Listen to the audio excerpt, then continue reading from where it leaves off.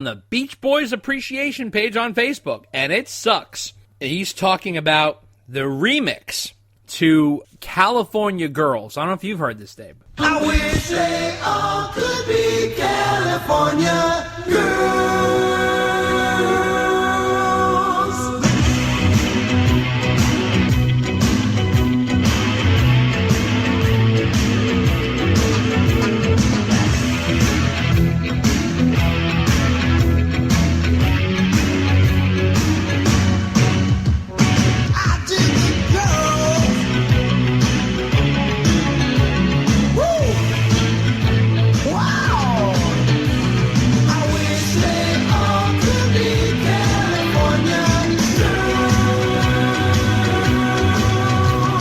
They did a remix of Dave's 1985 version of California Girls, and he says here, it sucks, but it is interesting that it has a little more guitar on the top, and I guess you could kill 30 seconds on the pod discussing what a Van Halen version would sound like. Diver Down 2, a cover Latin album to shut Dave up in 1985. He says, I love this month's pod as always. Shannon the Dude. So, yes, now I remember this, Shannon. This is funny. So I own this. Back in the 80s, they would remix everything, and they would release it on 12-inch singles, which were like the size of regular albums, and I bought this. This is bizarre. It doesn't anywhere weigh in comparison to the original, but yeah, I remember this remix. It basically has more of an intro plus more guitar. However, it's kind of like jumbled.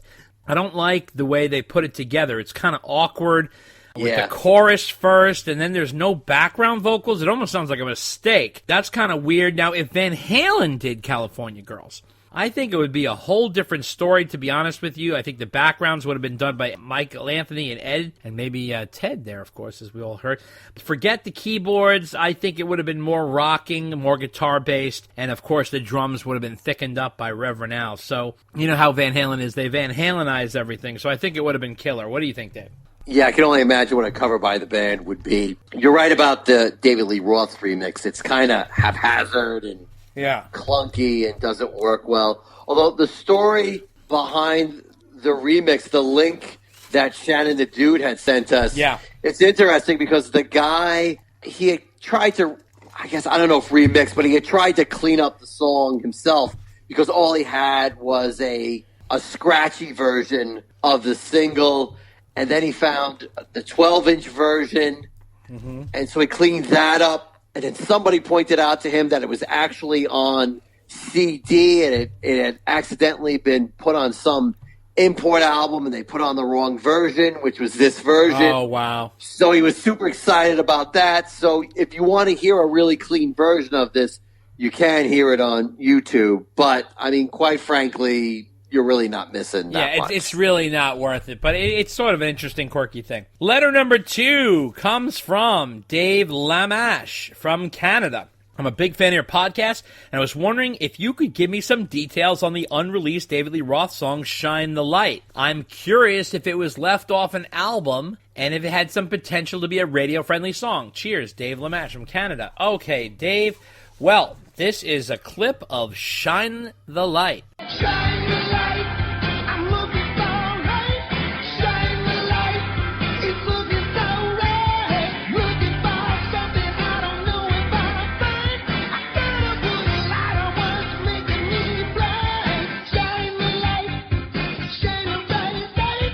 Shine the light, shining so bright. And Shine a Light was a unreleased David Lee Roth track. I think it's said to be a leftover, somewhere recorded between A Little Ain't Enough and Your Filthy Little Mouth, as much research as I could find on it.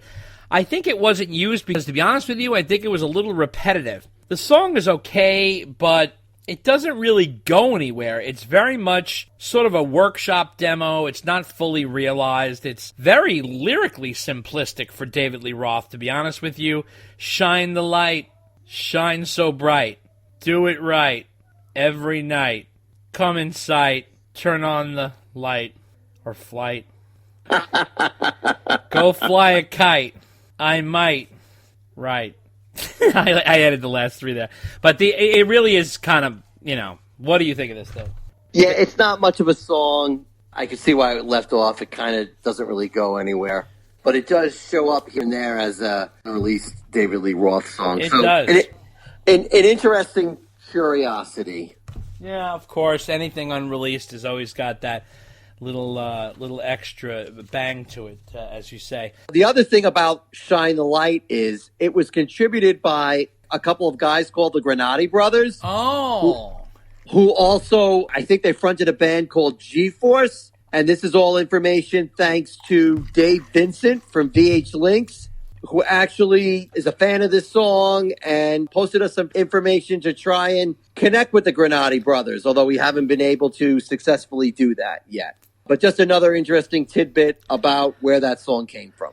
Letter number 3 comes from Southeast nice guy Kurt Lancios, and he says, Dear Dave and Dave, I was just finished listening to the Dave and Dave Van Halen Radio Days episode, and I loved it. I laughed out loud several times during the John Melendez interview, especially when he busted your chops about your Gary Sharon obsession. Great stuff. I always look forward to the interviews like that. By the way, I recently did a retrospective on Steve Vai's career on episode 8 of my new Retro Zest podcast. I also did a recap on the careers of Tony Hadley of Spandau Ballet and John Taylor of Duran Duran. All 3 of these guys turned 60 in June. Check it out when you get a chance. And he says, take it easy, keep up the good work. Warmest regards, Southeast nice guy, Kurt Lancios.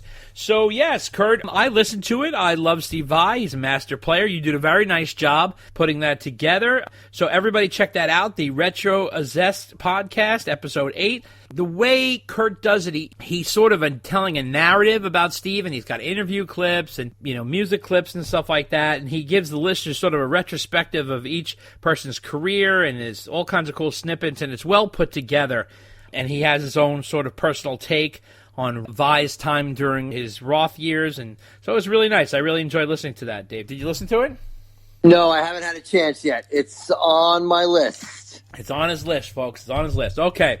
Letter number 4 comes from Paul Davis. And Paul says, Hey guys, listening to Radio Days pod and enjoying it. New rule for the cast. Whenever you mention Claudio the mechanic story, Dave has to speak all'italiano like Claudio in his hilarious Italian accent. Oh, please, we don't need anybody to encourage you. It always makes me laugh out loud. Well, listen, Paul, I know, that you enjoy that, and I know it bothers Dave, but I can't help it. So this is what I have here for you, Paul. Just a little snippet, a little taste. Here's a conversation, okay, between Sammy and Claudio. So Claudio picks up the phone and he says, Mr. Sammy, I think it's about time I tell him a story. It's in order to claim my truth about the Van Halen history. Sammy says, hold on there, partner. Wait, didn't you get my basket I sent you this Christmas? I got a basket of a sausage and a fresh mozzarella and all the kind of things, but Sammy, it's not enough to keep me quiet. The people must know the truth. Perhaps we can cut a deal there, brother. Maybe send over a case of Cabo Wabo, ease your pain. He's gonna take a lot more than that, Mr. Sammy. And Sammy says, right now, Claudio is blackmailing me. Right now, the Red Rocker is thinking he could be exposed. Okay. I tell you what, I'll give you 25% of Mikey's salary. How's that? Claudio says, it's a pleasure doing the business with you, Mr. Sammy. And Sammy goes, oh, damn, that was rough. Now I gotta call up Mikey. Hey, Mikey. Hey, man, listen. Do me a favor. Coronavirus cutbacks. I gotta cut you down by 25%. No problem? Okay, you're the best, man. Oh, woo! Red Rocker sweeps it again. Oh, boy. Oh, anything to rub it in Dave's ass. Letter number 5 comes from Eric Frazier. Hey, guys, love your podcast and always happy when a new episode shows up. The other day, I asked Siri to play Women and Children First, and a song came on that wasn't Van Halen. It was a song called Freedom Train from the band Ancient Grease. Grease spelled Grease, off their album Women and Children First, which they recorded in 1970. But when the track Freedom Train started playing, it sounded a lot like Growth from Van Halen's Women and Children First. So not only did they borrow ancient Greece's album title, but they also riffed on the tune from their album outro. Has anyone ever made this connection before? Well, Eric, that is an unbelievable pull. Congratulations on that. I have never heard of that band. I have never heard of that album. I can't believe this. Here's a clip of ancient Greece's song Freedom Train.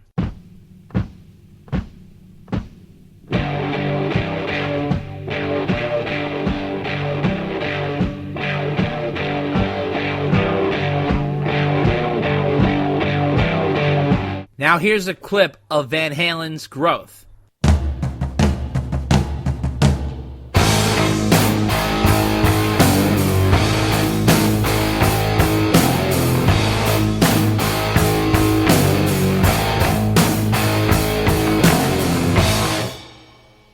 Now, I don't know. We have to figure this out. I have never heard this before. Perhaps you have uncovered some unbelievable Easter egg here. Maybe the brothers were fans of this unknown band and, I don't know, swiped the title for themselves but secretly paid homage by doing that little outro. That little outro was always explained as sort of a lead as to where they were going to go with the next album, and they were going to pick up that song on the next album, which would have been fair warning, but they never did it. But hot damn, Eric Fraser, you may have uncovered some Van Halen gold. Let's check this out, man. Anybody has any information on there, I'm going to do some more researching myself. But what do you think of this, Dave? It's either an homage, as you like to say. Yeah. Or one heck of a coincidence. Oh, how could that be? That's really too I much don't know. of a I mean, it's coincidence. close. It's close. The riffs are close. Yeah. And it's just sort of a taste of the whole riff. It's like the song doesn't even sound like Growth. Like, it's sort of really the beginning, right? I mean, it's just, Right, and then the song goes somewhere else. Yeah, so it's kind of like when people say, I forget what that song is that they say sounds like Stairway to Heaven, the song by Spirit. Oh, yeah. And you hear some of the notes in there, but then, the song goes off in a completely different direction. Right. So maybe it was. Maybe it was this uncovered homage that nobody knew for years, or it's, like I said, it's one heck of a coincidence. But yeah, if anybody has any more information on that, this might be a little interesting tidbit of Van Halen history. I mean, it came out in 70. So it certainly came out around the time that Van Halen was listening to music and being inspired by stuff. Right. I mean, they were very young men in school and stuff like that. But this is really, I have never seen anything like this with Van Halen, right? I have never. No, never. Right. Never. So it's interesting. Yeah. It's interesting. Excellent on that, Eric. Thank you so much for that. Really appreciate that letter. What an incredible thing. Letter number 6 comes from Jason Campbell from Nashville. Time to settle the Dave versus Sammy debate once and for all. Who wins in a fight to the death cage match? Sammy with his boxing skills or Dave with his karate skills? Love the show. Keep up the good work. Jason Campbell in Nashville. Oh, my God, Jason, you're another one blowing my mind here. Well, I got to ask. I have always wondered. You know what? Great question. Yeah. Because in their prime, I have always wondered that. All right, so let's weigh this out a little bit. So here's the thing. Let's say they're prime, because I mean they're old men now. You can't start comparing them now. But let's say prime. Let's say prime. Let's say like 88 or something. We go like back to 88, right? Okay. So I don't know. This is tough because Sam is sort of a thicker, heftier guy. And Dave is more flexible for sure. He's got the karate skills, but here's the thing. Dave has the training. Does Dave have karate fighting skills? I mean, I know he studied karate, but does he have a lot of, combat experience? I don't know about that. I know for sure that Sammy boxed. Actually boxed and has fighting skills, but I don't know if they could be tested. But here's the thing. I think Sam has been in some scraps. He comes from a poor background, and I don't know, it could be a draw, but Dave is so goddamn flexible. That motherfucker could fly through the air and shit. He's sort of like a ninja, that guy.